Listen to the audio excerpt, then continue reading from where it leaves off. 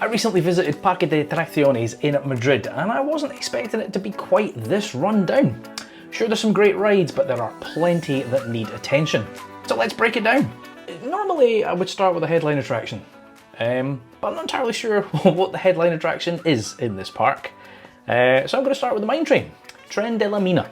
This is, it actually wasn't too bad. Now, I had express pass the day that I was there because I didn't know how busy it was going to be, and I had a very short visit. For a lot of attractions I didn't need it, but this particular one I used it, and instead of waiting 30 to 40 minutes, I walked straight on. It was pretty decent. A couple of grumbles with it. You get to the top of that lift hill, and I actually thought they de-stopped it.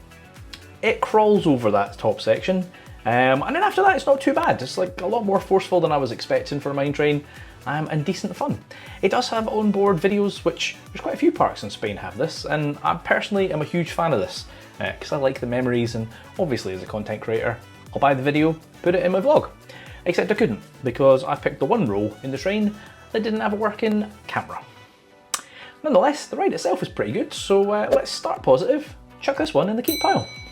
So there's another coaster near the front of the park, and it's one that I was kind of intrigued by, and that is Abismo. Now, there's a few things with this. I'm not a massive fan of vertical lift hills, and that is the very first thing this does. We went up to this attraction when we got into the park, and it broke down, so we didn't go on it. But I did go on it later on in the day, and I actually thought when I was having lunch that I saw it roll back, but actually what it does, so it goes up this vertical lift hill, painfully slowly, because I was in the front row, terrified, and then it crawls over the top, and then does a sort of flip, and then off it goes and does the rest of the track. But there's no brakes, so it shoots through the station, straight back onto that lift hill, catches, and then very slowly lowers it back down again.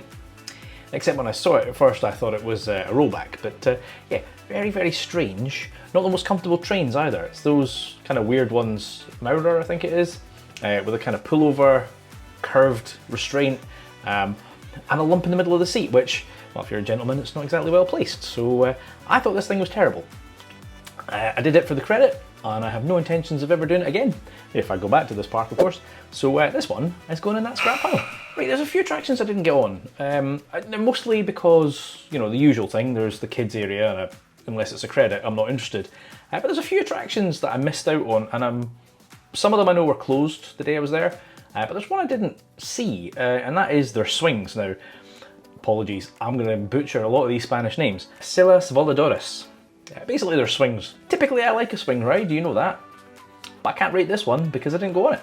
Another thing that you know I usually like is some sort of transport ride, typically post-lunch.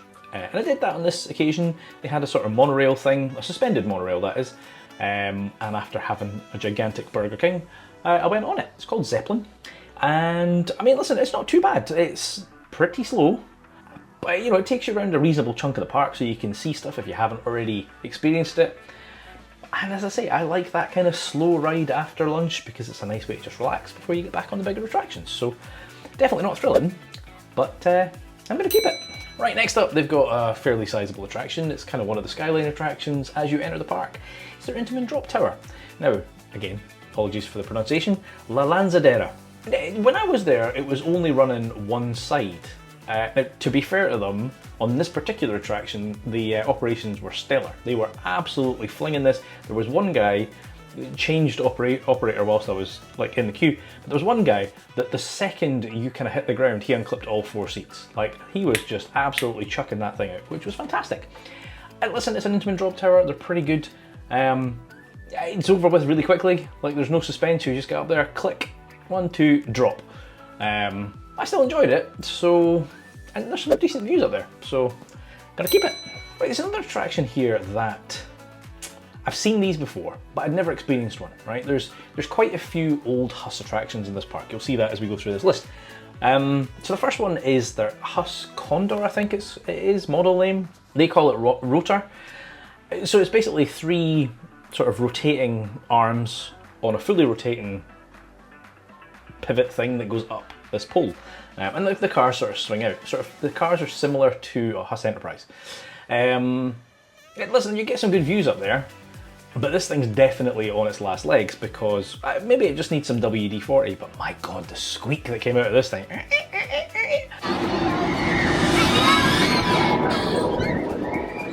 Yeah, slightly terrifying. So, listen, it's an old attraction. I'm glad I got on it just because I'd never done one, but I think they need to scrap it. An attraction that wasn't running the day I was there, and I can't say I'm overly disappointed, is Titon. Now, this is their roller disco. It did look like the model that I don't mind. So for those of you that don't know, there's 3 models of roller disco. There's the typical one with the hump in the middle. Think it's terrible, don't see the point in it. There's the really small sort of traveling version, also kind of pointless. And then there's the larger half pipe version, which I'm still not a huge fan of, but it's usually okay. This was that model, but it wasn't operating the day I was there, so I can't rate it. Maybe it would have been in take it or leave it. Another one of the attractions that is visible from outside the park, because they've got quite a lot of tall attractions. They've got a Starflyer, fairly standard, nothing special about it. Went on it with Hannah, got some great views up there. It was bloody freezing.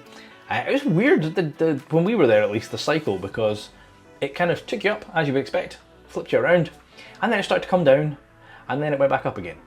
And then it spun you around, and then it came down, and then it went back up again. And it did this a few times. And eventually, obviously, it brought me down. I'm back home now.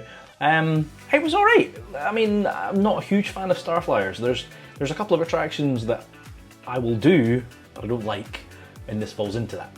That said, there are some great views up there, and I know there's plenty of people that do like them, so we're going to give this one the benefit of the doubt and chuck it in the keep pile. On the other hand, you know, I said there's some old HUSS attractions here. They've got a HUSS Topspin, imaginatively named Topspin, and it's seen better days. It's not great. It's one of the original models, you know, the kind of the classic Topspins. So it's got that kind of over the shoulder and then that bar that comes in and pins you, which was painful. Really, really not comfortable at all. But I watched this off-ride and my God, the cycle on it is terrible. Like, you watch something new, like Toxicator at Alton Towers, and it's throwing you around and it's flipping and it's quite, you know, quite violent. This thing was geriatric. It was absolutely crawling. It was the most comically slow rotation. There was 0 flips because it clearly didn't get up enough momentum to actually flip the gondola.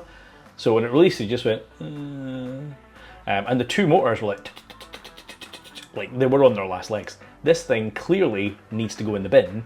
And somebody pointed out, they've obviously adapted the program to cater for the fact that the thing is just knackered, right? The motors haven't got any power in them whatsoever anymore.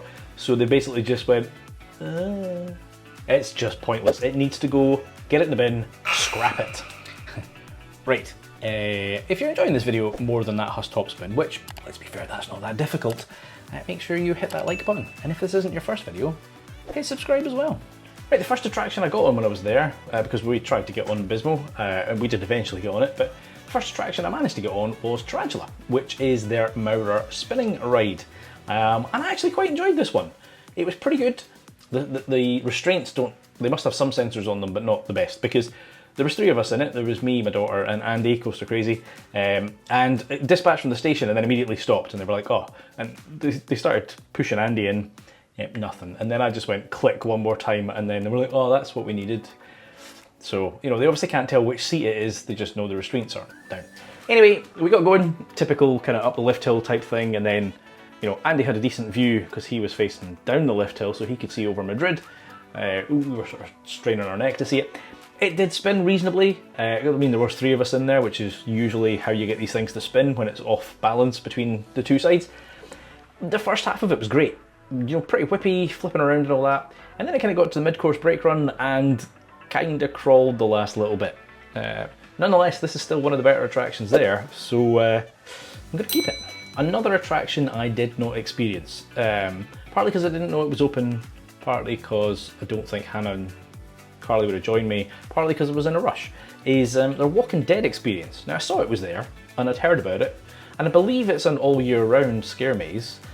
Some of the group went on it. I spoke to Andy and he said it was fantastic. It is obviously an upcharge, it's not included. So I cannot personally rate it, but I'd love to know if you've experienced it, what you thought. Did you enjoy it, or did you think it was a letdown? Right, getting back to the ancient HUSS rides. There's one here called La Máquina. It's a sort of HUSS spinning thing. I described it as a, I think somebody said its model name is a frisbee.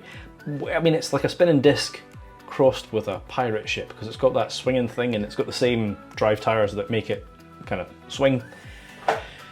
It's an interesting ride. I mean, Hannah came off it and her reaction was something on the lines of, "That's not normal, no human should experience that." It started off pretty tame, wasn't, I was like, alright, this is alright, it's another kind of dated ride that's not got any oomph. But then it actually picked up some speed. It was decent towards the end. A little bit bizarre, there was a number of people got their phones out, which I thought was a really daft idea. Pretty sure not allowed, but the staff didn't seem to care, no e-stopping or anything. So thankfully I didn't get smacked in the phone by a Samsung, but yeah, the ride itself was alright. For an older HUSS attraction, this one seems to still have some force to it, so I'm going to give it the benefit of the doubt and keep it. Let's get back to the questionable ride, shall we? So they've got a boat ride, La Jungla, I'm guessing it's just the jungle, which we went on, and listen, it's the boat ride, and you can actually see the cable dragging you around the course. There was pockets of theming, you know, the odd leopard in the trees and stuff, and then a wee snake, and then a very, very questionable section in the middle that was sort of tarted up to be Christmassy. Yeah. And then there was some sort of mist effects and stuff. But I think if they didn't have that questionable section in the middle, then it probably would be a lot better. As it stands, I'm not going to get rid of it because it's another gentle ride, and listen, it's great that they've got stuff for different age groups. I mean, they've got a whole Nickelodeon land, which I'm not going to cover because I didn't do it. But let's just put this one and take it or leave it, shall we? So another credit that's here is Tornado. Now, this is an Intamin suspended coaster, and I believe there's only 2 of these in the world.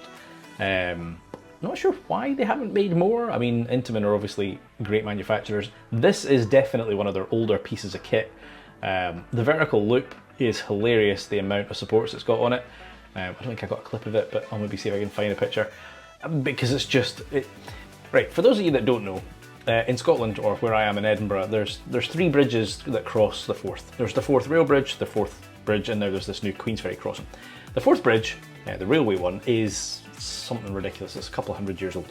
And back then, they didn't know how much steel they needed, so they just put too much steel in, and it's just this kind of spiderweb of steel. That looks like what Intamin did here. They obviously just didn't have the computer power to go, how much steel do we need? Throw steel at it, that'll do. Yeah. Anyway, we got on this thing. It was kind of odd, because you kind of pull it down, and then there was a seatbelt to the side. Like, you know, normally, like if you go on a B&M, there's a seatbelt that clicks at the front, which is easy to do because you can see it. This one's at the side, and it was really hard, and I struggled to get in this. Clearly need to lose a few pounds. Anyway, I got on it, and it was alright. Like, the start of it was decent. There was a bit of force and that kind of drop in the first sort of inversion and stuff. Kind of lost pace towards the second half though. And yeah, I mean, as Hannah put it in the video, we didn't wait very long, so because it was a walk-on, it was okay.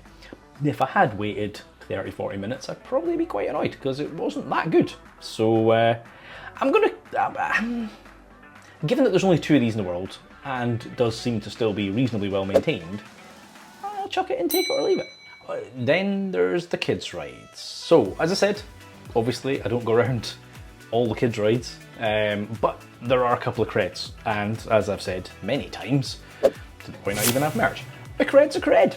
So the first one is Patrulla Canina, which I'm assuming is Paw Patrol in Spanish. So I went on this thing, and I'd again, being lazy, had express pass, and I thought, not waiting with a bunch of screaming kids, so I'll just go in the front. Gets on the front, pulls down the 2 lap bars. It took forever to load the thing, and then they opened the lap bars and let another kid sit beside me, which was a bit odd. Fair play to them, I guess, they're not kind of wasting seats, but they took so long to load the train, they could have dispatched it and done a second run. It was a 2 or 3 lap special, and it was painful. It was not great. It had terrible profiling, even for a kids coaster. It was shocking.